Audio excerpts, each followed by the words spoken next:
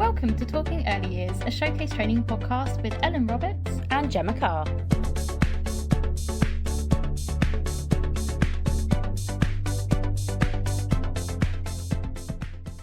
Hello and welcome to today's Talking Early Years podcast. On this episode, we're going to be discussing careers in early years.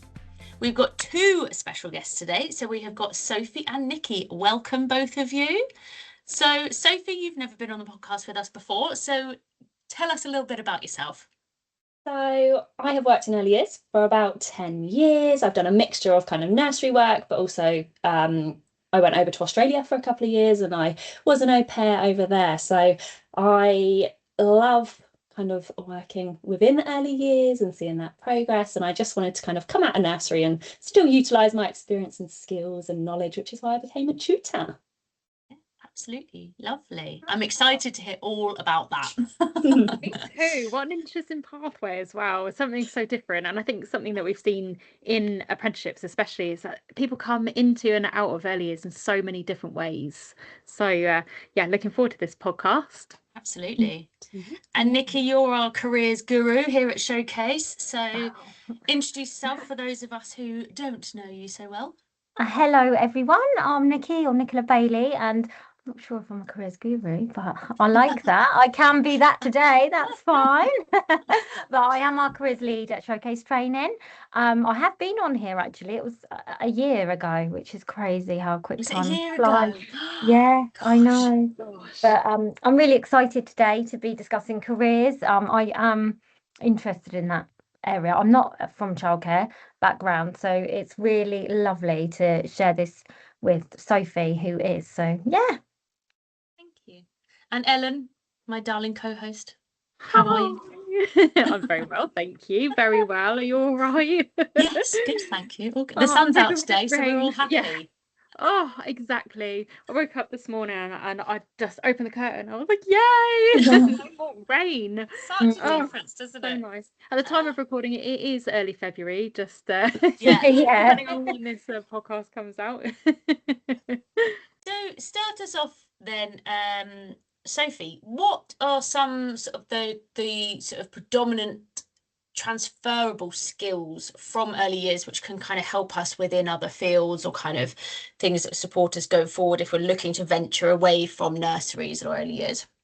Yeah, I think within early years there are so many life skills that you do actually get out of working, whether that's within a nursery environment, whether that's within a childminders or being a private nanny. So I think one of the main things is your communication skills that you can then obviously transfer to any other field that you go into. I mean, communication is key within all elements of early years practice, whether that's with the children, whether it's with the parents and carers, whether it's with your colleagues. And I think I'd also add kind of just working as a team as a massive part as well. You know, it's not a career that you often just do by yourself to an extent. You've always got other people around you to support you. So I'd definitely say kind of teamwork. But even like your organisational skills, you know, making sure you've got those observations done on those children and making sure your planning is suitable and appropriate for kind of the interests and the needs of those children. So yeah, I think they're kind of my main ones that I would definitely say you be able to take away to anywhere else. Yeah, absolutely. I think it's really important to kind of that communication. I'm really pleased that's kind of the first thing you touched on, because it's a conversation that I often have with people, and it is that be confident to talk to, even if it's just the rest of the team, let alone parents as outsiders or prospective parents or whatever. Just having that confidence to talk to people, I think, is really important, isn't it? Yeah, definitely. And I think it just makes a difference in everyday life, you know, because I think so many of us now just use our mobile phones and on social media and we're always texting and messaging, and actually not that many people pick up the phone and talk anymore. So I do think, you know, early years is still allowing everybody to develop their communication. Yeah, I really agree with that actually. And yeah, what I was thinking about then when you were saying that as well is about resilience. I really feel that's a transferable skill, that it's so important, you know, and building that confidence within yourself, and to be able to then, like you say, speak to other people, because it can be daunting, you know, speaking to parents about tricky situations potentially that, you know, they know their child better than anyone. So it can be tough, can't it? But it's growing in yourself to have those confidence skills to do that, which you can just take on anywhere, I guess. And I think a lot that we've seen, especially in education and employing people from early years, is that some practitioners aren't always aware of these kind of what are known as soft skills. But I think the term soft skills is almost a bit of a misnomer in a way, because it kind of makes them sound like they're not all that important. But knowing that you have those skills is what makes you brilliant at what you do. And sometimes it's difficult to identify those skills because you kind of take it for granted. Not everybody is a good communicator or can talk to people that they don't know yet, or has that confidence to sit down with a child and sing a song with them and sing out loud. Not everybody has that. But it's these kind of almost smaller things that is what makes it a vocation, and that true sense of a vocation. You either have it in you or you might not be suited. On a slightly lighter note, one thing that I came away from early years with a transferable skill was learning or being able to count in 3s, 4s, and 8s, which infuriates everybody around me, because they go, "Why do you count?" I ran a toddler room, so at the time the ratio was 1 to 3, so I count everything in 3s, and everyone around me goes, "Why are you counting in 3s? That's just not a logical process to anyone else who hasn't worked in early years." That maths is such a transferable skill. So many people say to us, "Oh, why do I have to learn maths? I'm in early years, I don't need it." That's why, know your 3 times tables off the top of your head and your ratios, because you're doing them every day.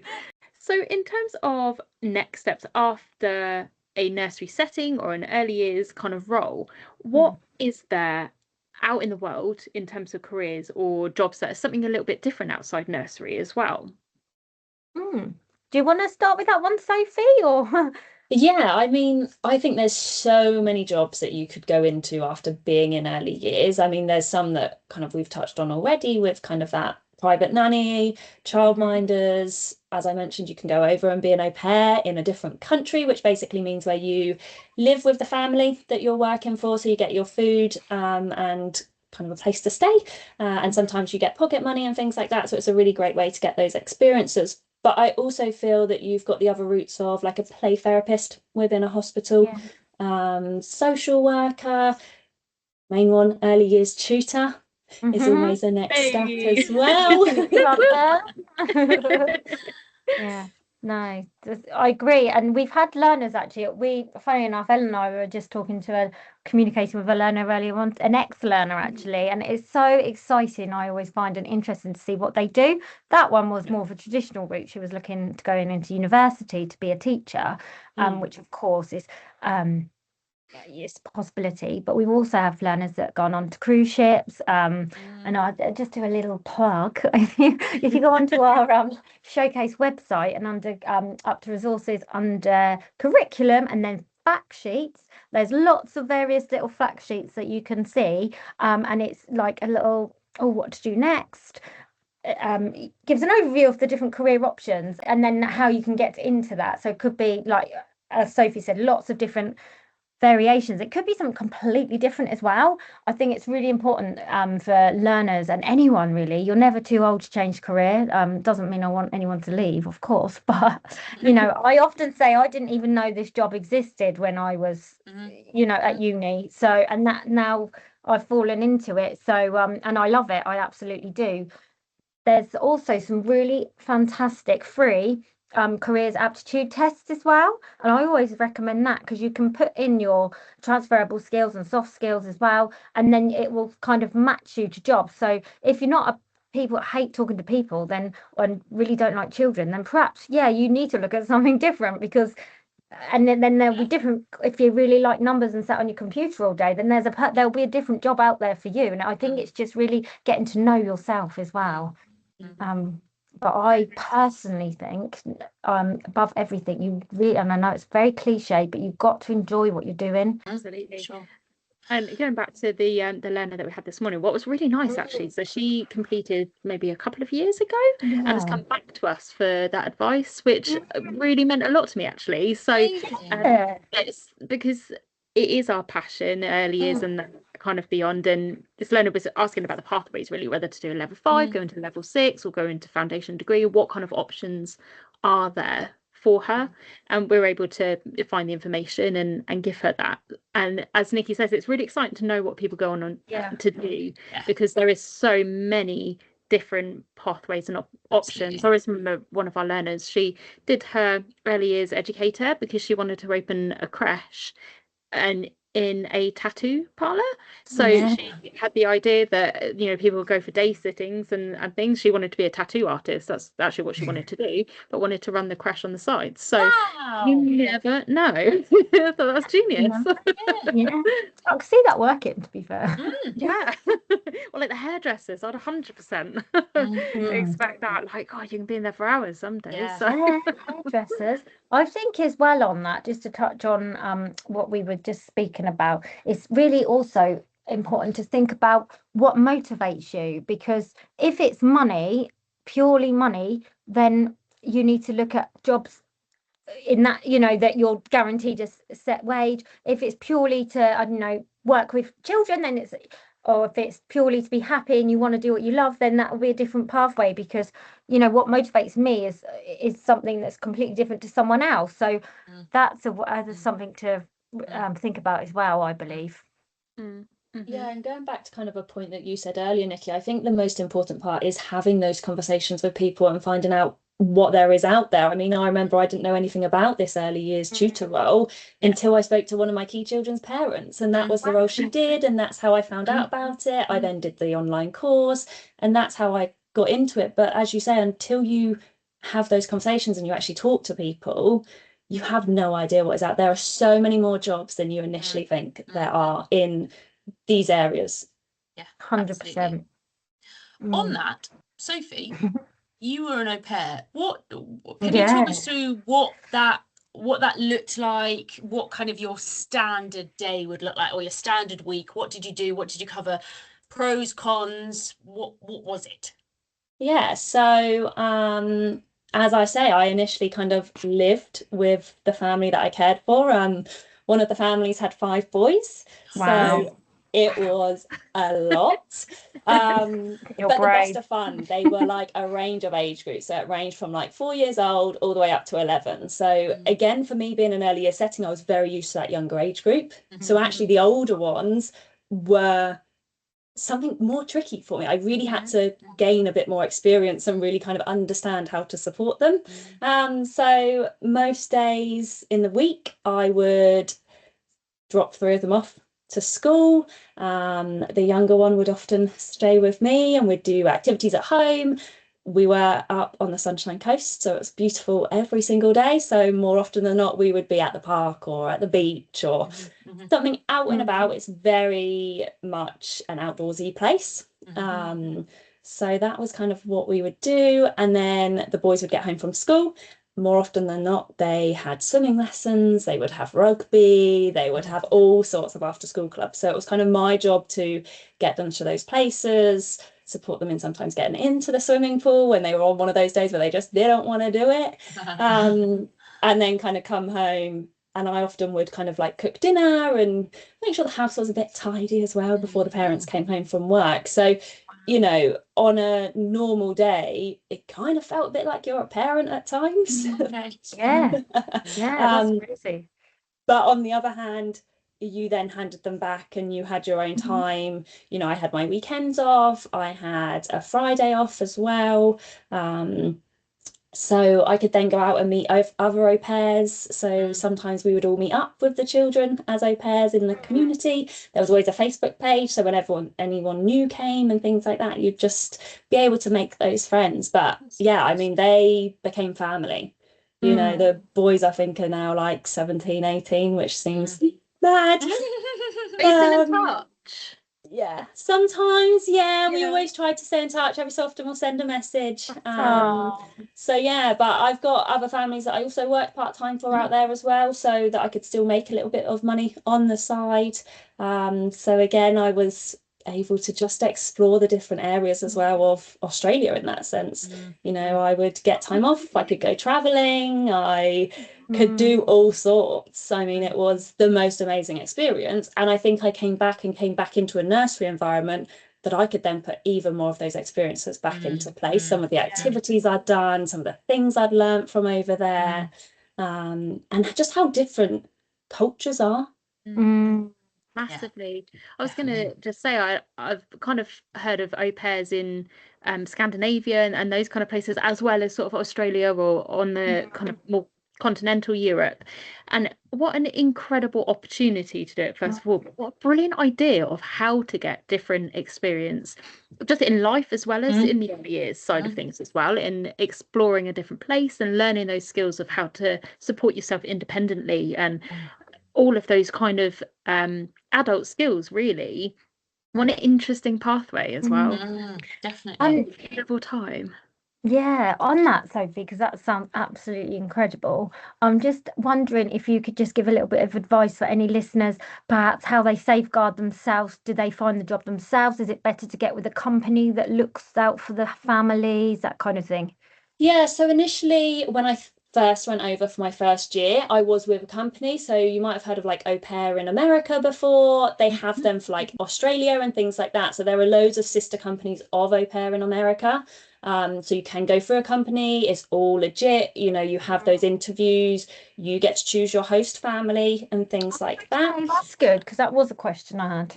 Yeah, so you get to actually like meet with the host families on like teams and things like that. And it's whether you're the right fit for them. You know, sometimes I initially worked for like a Russian family, which again, so there was a bit of a language barrier and things like that. And it was in Melbourne rather than kind of Sunshine Coast, which again was a very different place. But that's initially how I got settled in. I went out with a company. Everything's then a bit more kind of paid for and organized and obviously safeguarding you a lot more. But after I'd been there for a while and I then moved locations, it was a Facebook group. Wow. But again, you meet them first, you meet them in like obviously a more public location. I never just went directly straight to their house or anything like that. So you kind of get to know them first before agreeing to things. You know, you can make sure you check the accommodation and what you're going to get. And I think first and foremost, I had to look out for myself, making sure, you know, I could get around, I was in a safe place, the environment was good. Because again, there's obviously so much of Australia where there isn't very much around either. So I think knowing your locations and knowing where you want to be is really important. And I would say that probably for anywhere, whether that was in Europe, America, Australia, it's doing some research beforehand, knowing kind of those areas and knowing yourself what you're kind of looking for. I mean, I had just completed my level 3 apprenticeship and went straight out there. So again, I was very newly qualified, didn't have much experience behind me. However, then the second time I went out, I had so much more experience behind me. And I felt like that again was a completely different experience. So I would always say, you know, put yourself at the forefront of your mind at all times and look out for yourself and have conversations. Make sure people know where you're going, where you're staying, who you're staying with. You know, your family at home are probably going to be worrying about you at all times. I can tell you, my mum probably constantly worried about me, especially when I was like, I'm just going to locate a camper van from Cairns down to Brisbane because it's cheap and we can then move from location for free. That meant we were sleeping on the roads at night in a random place. So again, it's making sure that, you know, you're looking after yourself, but there are people around you that know where you are and can contact you and have those contact details of people that you're living with and working for. Absolutely. How long did you do? So you did first time round, how long were you doing it for? I did a year the first time round. And the second time? Roughly about 9-10 months, just under a year. Wow. Is there a just for anyone that is interested in that, can you stay out? Is there a set amount of time you're allowed to stay out there? Yes. So when I was out there, the visa was only for a year, was your working visa. I think it's now been extended to 2 years. So you could get a second year only if you did farm work. The farm work was really hard. I was like planting strawberry plants and the farmers are not the nicest of people over there. So it is really hard. There are different routes you can go down to do your farm work in that sense. You can go to rural areas and things like that, so you could get an extra year on your visa. Right. But I believe now, I think they have extended it and it's just a 2-year standard. Interesting. I was going to ask actually about visas, because I know one of our former colleagues worked for Camp America for a couple of seasons. So, and she was similar, that it was kind of limited because of the visa, but you know, things kind of chop and change depending on when you're kind of going out. So that's really interesting. I didn't really give that a thought either, that it actually could be as long as that. I kind of had in my head that it would be like 3 months. Whereas actually that's quite a good chunk of time and a good way to get such incredible experience and travel at the same time. Yeah. Were there, this is just me playing devil's advocate as I do, was there, because this all sounds lovely and dreamy and I mean the sunshine serving it to me and nothing else. But were there negatives? Were there struggles? Was there, you know, was there kind of the reality checks or something like that? What was that? Yeah, completely. I think one of the hardest bits for me was how far away you are from home. You've got nobody around you. I mean, I went out completely on my own. I had no friends going with me. I was fully on my own. And the hardest part was when you would make friends with other au pairs and then they would leave before you were leaving. Okay. So if they had been there already for 6 months, well, they only had 6 months left potentially. So you always knew that those changes were coming. And I think that really would then affect how much you did in your own time, because actually, if you didn't have those people to see, you really had to make that effort to make yourself go out, you know, even if it was just to the shops or just to go and sit on the beach. You know, in my first year, I met one of the best people that I'm still friends with now, but she was from America, so again, completely different cultures, and she was like a dance teacher at like a secondary school. Like that was her background, but she'd come over to be an au pair, but we did everything together. We traveled, we did so much. The second year she obviously wasn't there, and actually it felt so different not having that person that you could be close to and still feel like you had someone there. So I would definitely say it's realizing how far away you are and not having anyone around, but also making those friends and realizing they're not there forever and that you're all going to move on at different times and stages and things like that. But yeah, don't get me wrong, some days were hard with the boys. You know, as I say, you feel like you're a parent, but you're not a parent. I mean, I was only 20 at the time in the first year, so I was still young to have like kind of well, young an 11-year-old to be looking after. That's not as big a age gap as you think it would be, is it? No, and on your own as well. I suppose in like a nursery setting, a really nice thing is that you have colleagues to bounce off of. So if there's a child that you're working with that's having some problems, you've got somebody else to ask. Whereas, that's definitely a very different way of working. Yeah, definitely. And I think, you know, that's where the transferable skills again comes in, where, you know, if you then came home and you wanted to be a nanny, you're used to kind of having that independence, you're used to working on your own, you're used to then meeting up with other nannies potentially when you go to like the soft play and stuff like that. Whereas I think coming back into early years in a nursery setting, it was like, oh, I've missed everyone. Like I needed that team around me for me. Whereas I know some people actually prefer working kind of independently. Yeah. And it goes back to like knowing yourself and knowing what motivates you and who you are, what you prefer. There's nothing wrong with being somebody that likes to work independently or somebody that thrives on being part of a group. We need both in life, really. But knowing that is so important. So, experience then in early years, why is it so important in what you do?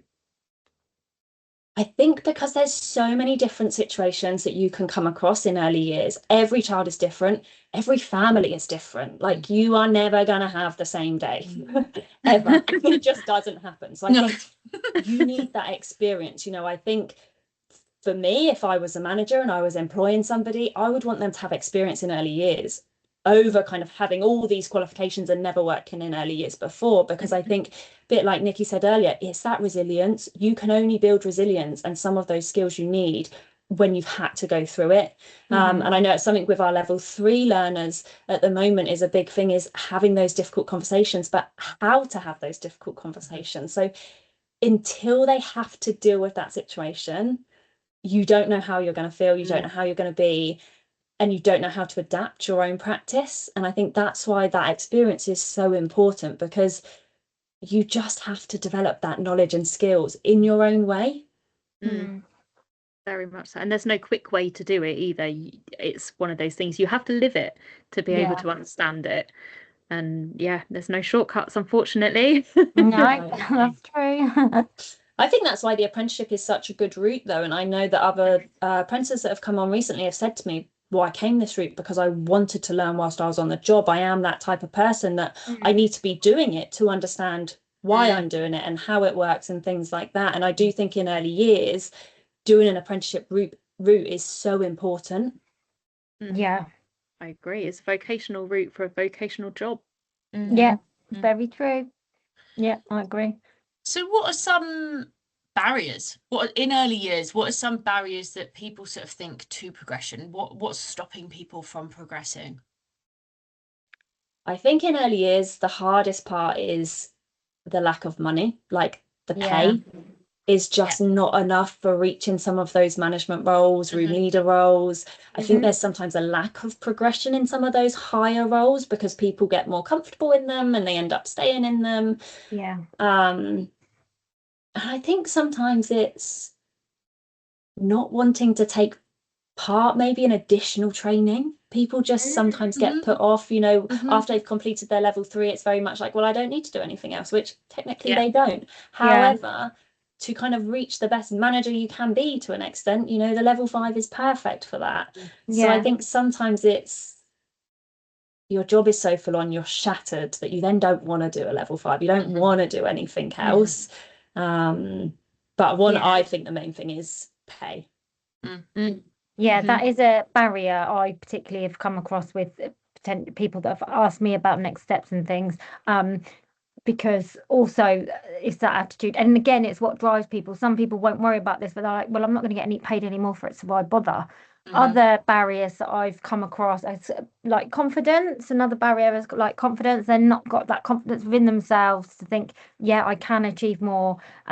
Luckily, or not luckily, but it's our fantastic tutors. They do, provide such a great confidence growth for them. So it's not often that we still get learners that do have that, because the sense of achievement after the any qualification, whether it's level 2, a functional skill aim on its own, we're very much everyone at Showcase, aren't we? Like, it's that individual, what's that progression for that individual? So I just think sometimes it's a shame if the barrier is confidence there, just breaking that down in yourself, really, isn't it? I think there's also the barrier that predominantly it's a woman's field. Yes, that's a good point. It's very female orientated. Why is it female orientated? Because it works very well around childcare. You can have your child at the same nursery you're working at. You're not having to do drop-offs here, there. If you've got, sickness is kind of acknowledged that bit more. It's, I don't want to say easy, but there is it's convenient for mothers to go into this role. And I think that is also a barrier, I think, because it kind of just here because it helps my children. It's convenient. I get 50% off, or something like that. Is there actually that because I want to become a room leader, or because I want to become manager, or because I want to go in to do this? It's kind of that the reasons people have gone into that job to start with, kind of thing. To see that as they think that's it. And I think also there's not some settings there isn't that encouragement of progression either. Yeah, I was about to say that. I do think it depends on the management team, and if you have the right support and you have a great manager that is so encouraging and really motivates you, you want to reach for the stars. You are going to keep climbing. If you have a manager that isn't too fussed, which we do know it comes up in early years, it's one of the reasons why there's such a high turnover of staff in some settings, is down to the management team. So you have to create a strong team, and the only way to do that is to lead from the front. Absolutely. And I think there is that element of kind of dead man's shoes as well in terms of in a setting. But one of the barriers that I see learners facing as well is that they want to progress, but manager sometimes doesn't want to lose them, first of all, as a good Mhm. practitioner, but also I've seen managers feeling kind of threatened about their own position and kind Yeah. of holding somebody back. You see that in all industries. It's not just early years, of course, but what a barrier could easily be that employer not giving that person the opportunity to progress, Yeah. which is a double-edged sword, really, because that person will ultimately leave and you'll lose them anyway. Mm. Whilst you may get them for a little bit longer, it might look like it's the right thing to do or a benefit. It's not part of staff development to Mm. hold somebody back if you're going to lose them one way or the other. So I'd personally, as an employer, rather lose somebody because they've been empowered to go on to something that they're passionate about than to lose somebody because they no longer want to work for you. I think time's a barrier as well in nurseries. We're constantly running at ratio, just at ratio at the moment.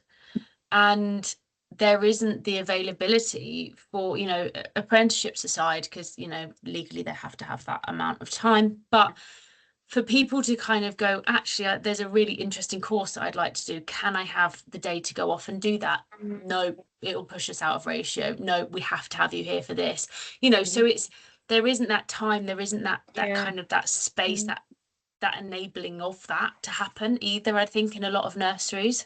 I think And the finances to do it as well. Yeah, that's what I was going to say. The Yeah. cost of it, like nurseries, I've got so many preschool settings now that are saying they're going to have to introduce babies into their preschool setting to try and stay afloat, because otherwise they will not stay afloat. So again, it's going to be like they're having to put actually all of their time and their resources and their funding to do that in the baby room, when actually what they would have liked to have done is put the money towards more of their staff having Senko training, because they've got a lot of children with additional needs.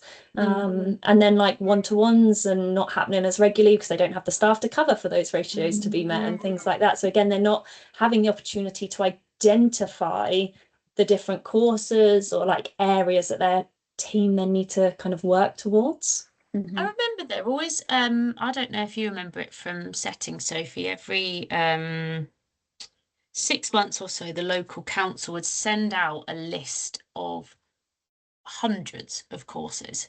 And I remember I'm sure it would have been Hampshire at the time, or it may have been Surrey, but you had a list and it would go round the nursery and you could put your initial next to the things that you wanted to do. And I remember working in multiple settings that would have this sent out, and it was free courses that you could go and do, and you had the dates for them all, and it was all provided by the council.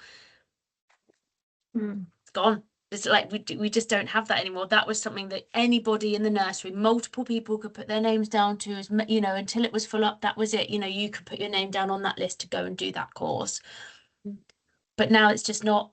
That isn't available anymore. That isn't being provided anymore. And everything is charging, and these nurseries can't afford to pay for it all. Yeah, no, that's why so many nurseries use platforms like Noodle Now and those kind of, because it isn't funded by the council anymore. You have to privately do it.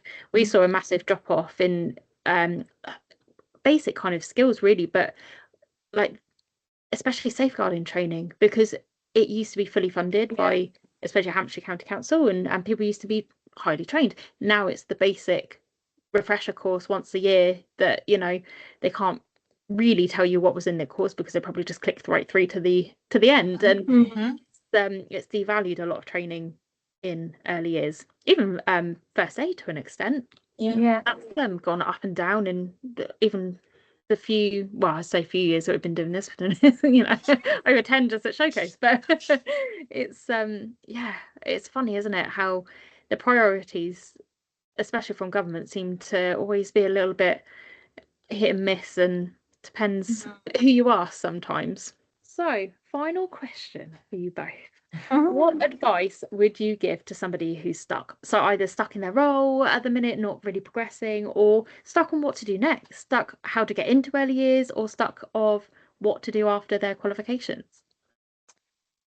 For me, my number one thing would be to talk to people, whether that's me, us at Showcase, your parents, go online. There's fantastic resources out there to support with, what, as I mentioned, alluded to earlier on in the episode, about exploring different roles out there, different things about yourself to really understand what you might want to do. Remember, it's never forever, so don't think you can't change your mind as well. That's my advice, and end on just emphasizing enjoy what you do, because as much as you can, because I just really feel that's really important. Absolutely. Yeah, I think as well, especially if you're working in that early years setting, it's making note of if there's anything in particular that you really enjoy within your practice. So I know I've had some learners that really enjoy working with the children with additional needs. And I said, well, why don't you look at doing potentially like the SEND course and the SENCO course and become more qualified in that area? So again, I think it's just being aware of what's around. Have a look on the internet. There is so much these days. Because I just think there's so many different options that you can now do. There's so many different routes you can go down. And I think if you decide to change your mind when you're 30, change your mind, go and do a different career. It doesn't matter what age you are, you can always change. And I think I'd be with Nikki there, that you have to enjoy your job to keep yourself motivated and to keep yourself going kind of each day. So I think that is the most important part. If you're not happy, have a think about what you want to do. Have those discussions with people around you. Look on the Showcase Training website. Or, I think that is the best part. And sorry, can I just add on to that as well? Because what you've just said is I completely agree with as well, Sophie. And also to think about, I would also give yourself targets as well. So just because it might take you 5 years, but it might take you 5 years, that's not a problem either. Time goes so quick as well, because often people want to be from A to B so quickly in that job role, but it does take time, and you'll learn things on the way. So don't let that be a barrier either. I'm a big advocate for just give it a try.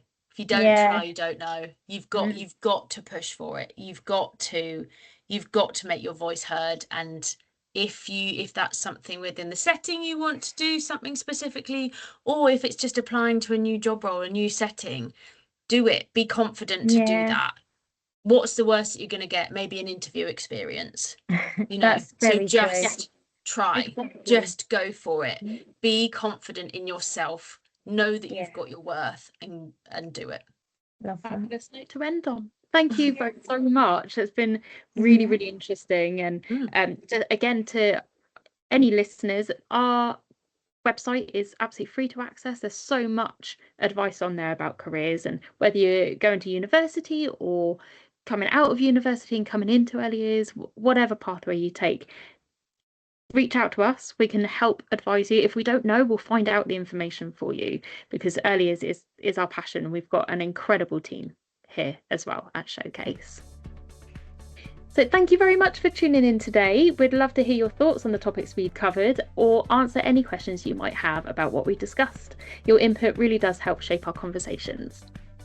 So don't forget to like, share and follow this podcast to stay updated. And as always, let's keep the conversation going about early years. Until next time, take care and keep making a difference.